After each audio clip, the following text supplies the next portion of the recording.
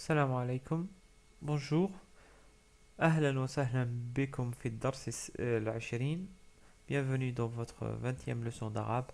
Aujourd'hui, nous allons voir une nouvelle lettre, à savoir la lettre Sad. Nous commençons par notre mot d'aujourd'hui, à savoir le mot Sayyadun. Sayyadun ou Sayyad, tout court si on s'arrête sur le mot.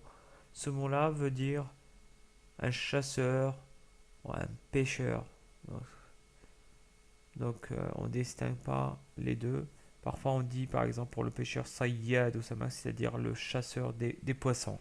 Mais en général on dit Sayyadun, qui soit chasseur d'animaux sauvages euh, comme les oiseaux ou qui soit un pêcheur. Donc ce mot Sayyadun commence par le son Sa. Sa, marqué ici en rouge. Il s'agit là de notre lettre d'aujourd'hui qu'on peut isoler du mot et on obtient la lettre Sad dans sa forme isolée. Il est par conséquent facile de la localiser dans le tableau de l'alphabet arabe. C'est la lettre qui se trouve juste après la lettre Shin. Donc c'est la 14e lettre de l'alphabet arabe. En ce qui concerne les formes d'écriture, nous avons déjà vu la forme isolée. Au début, la lettre Sad s'attache à la lettre qui la suit, comme dans le mot que nous venons de voir, à savoir Sayyadun. Sayyadun. Au milieu, elle s'attache à la fois à la lettre qui la précède et la lettre qui la suit, comme dans le mot Misbahun. Misbahun ou Misbah, qui veut dire une lampe. En fin de mot, la lettre Sad s'écrit comme ça, la forme isolée, mais elle s'attache à la lettre qui la précède, comme dans le mot lesson. Lesson ou lessa, si on s'arrête sur le mot. Ce mot-là veut dire un voleur. On obtient par conséquent les quatre formes d'écriture qui ressemblent aux quatre formes d'écriture de Sin et Shin que nous avons vues précédemment. En termes de prononciation, vous remarquez que Sad ressemble au son de Sin. Par contre, le son il est un peu plus fort. Il ressemble au son de la lettre C, CD. Donc, comme dans Sa. Sa. Donc, on ne dit pas c'est, mais Sa. C'est ça ce qui fait la différence entre la lettre Sin et la lettre Sad. Donc, en termes de prononciation, avec la fatha, on prononce Sa. Sa. Et non pas c'est. Avec la dhamma, on prononce So. So. Non pas Sou. Avec la kasra, on prononce si, si. Et faites attention à ça parce que souvent les gens se trompent quand ils prononcent le mot, ils disent si. Mais c'est bien si, si. Avec la voyelle, avec le sukun, on prononce os, os. Avec la voyelle longue elif, sa. Avec la voyelle longue waw, on prononce so. Avec la voyelle longue ya, si. تنوين doublement de fatha son, تنوين doublement de dhamma son, et enfin un tanwin doublement de kasra sin. Et bien sûr, en termes de translittération, on va utiliser le CCD, bien qu'auparavant j'avais utilisé le S avec un point, mais je préfère maintenant le noter avec le CCD, comme ça on voit bien la prononciation, comme dans le mot Sahra. Sahra, rappelez-vous, on a déjà vu ce mot-là, qui veut dire un rocher. Maintenant, passons aux expressions courantes. ce que nous allons faire aujourd'hui, c'est que nous allons continuer le dialogue que nous avons vu dans un cours précédent. Donc c'est le dialogue entre Adam et Sarah. Donc si vous vous rappelez, le dialogue s'est terminé entre Sarah et Adam comme suit. Donc Sarah a dit Ismi Sarah, Ana min Paris, wa anta. Donc je m'appelle Sarah, je suis de Paris, et toi? Et Adam a répondu Ana min Toulouse, Ana min Toulouse, je suis de Toulouse. Donc c'est là où on s'est arrêté. Maintenant, on va imaginer que le dialogue continue. Et Sarah elle dit Ya les sodfa, Ya les sodfa. Oh, quelle coïncidence. Ana dhahibatun ila Toulouse. Je vais à Toulouse. Ana dhahibatun ila Toulouse. Remarquez ici que j'ai pas dit Ana dhahiba ila Toulouse, comme il y a ta marbouta. Si je m'arrêtais, je dis Ana dhahiba. Ok. Mais là, comme je continue la phrase, je dis Ana dhahibatun ila Toulouse. Donc je prononce bien la ta marbouta. Donc Ana dhahibatun ila Toulouse. Je vais à Toulouse. Et Adam répond Tafaddali. Tenez.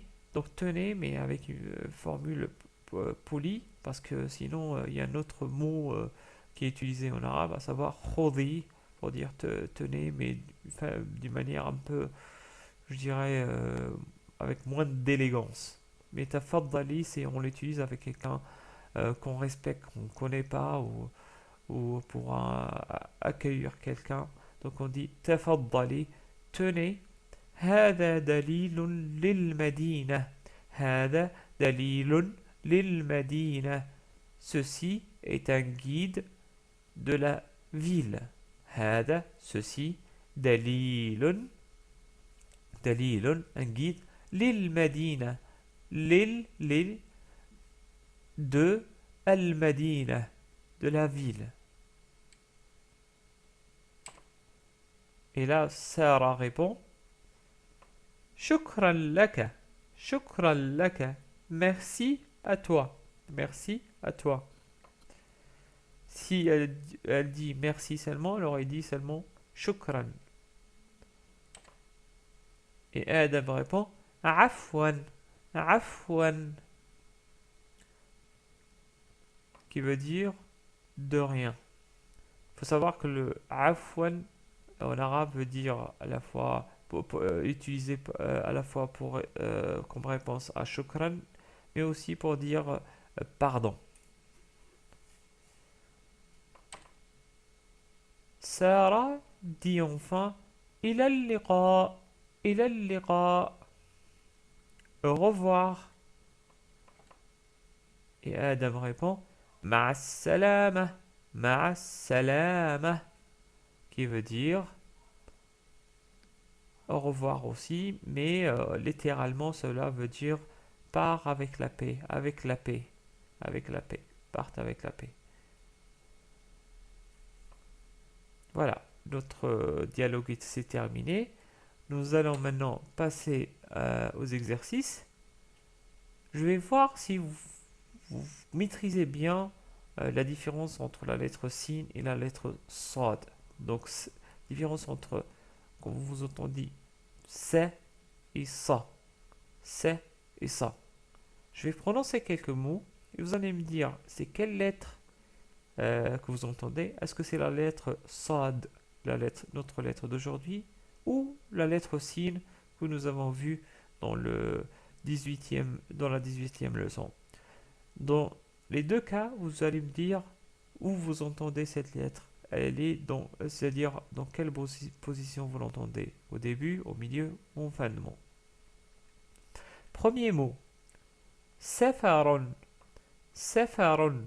Ou safar, de court. Safar. Il s'agit ici de la lettre sin. Donc, c'est pas la lettre d'aujourd'hui. Donc, faites attention. Safar veut dire un voyage. Deuxième mot. Sefr. Sefr. Sefr. Là, effectivement, c'est la lettre Sad, notre lettre d'aujourd'hui, qui est au début du mot. Sefr veut dire zéro. Et c'est de ce mot-là que vient le mot français chiffre. Chiffre. Parce que sefr, c'est ça vient, c'est les Arabes qui l'ont inventé pour dire zéro. Donc ils ont utilisé ce mot-là pour le zéro. Et du coup, quand la numérotation a été transmise aux occidentaux, ils ont utilisé ce mot-là pour désigner le numéro, à savoir le chiffre. Donc j'ai dit sefr et non pas sifr. Faites attention, c'est sefr. Troisième mot. Asir.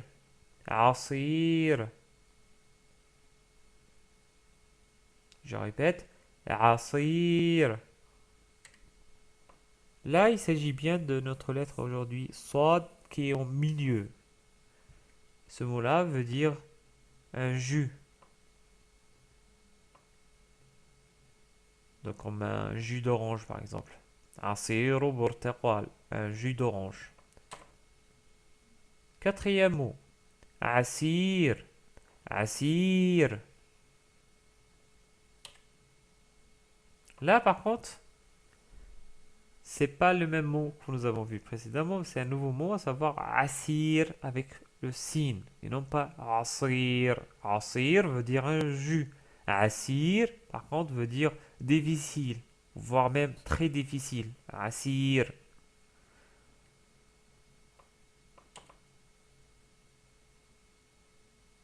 Cinquième mot. Nasson. Nasson. Ou nas. Là, c'est la lettre Sad de nouveau, notre lettre d'aujourd'hui. Et ce mot-là veut dire un paragraphe ou un texte. Ou plutôt un texte, je dirais. Sixième mot. Khasson. Khasson. Ou khas. Là, c'est la lettre sin et non pas la lettre sad qui se trouve à la fin du mot. Khas veut dire laitue, la laitue, donc le légume qu'on utilise pour les salades.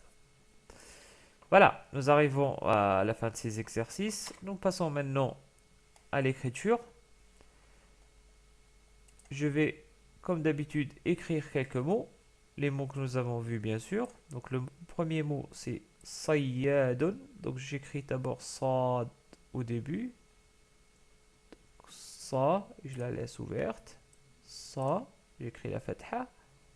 Ensuite, j'attache ya, ya, avec la shadda. Ya, donc la ya, elle est prolongée ici avec une voyelle longue. Ça, ya. Et enfin, j'écris la lettre del, dun. Ça, ya, dun. Deuxième mot, misbahun. J'écris d'abord mi. J'attache au milieu os. Ensuite, j'attache encore ba. Et enfin, j'écris misbah ou misbahun. Enfin, le dernier mot, lesson. J'écris d'abord li. Ensuite, j'attache sad en fin de mot et j'écris la shadda puis les deux dhamma. Lesson.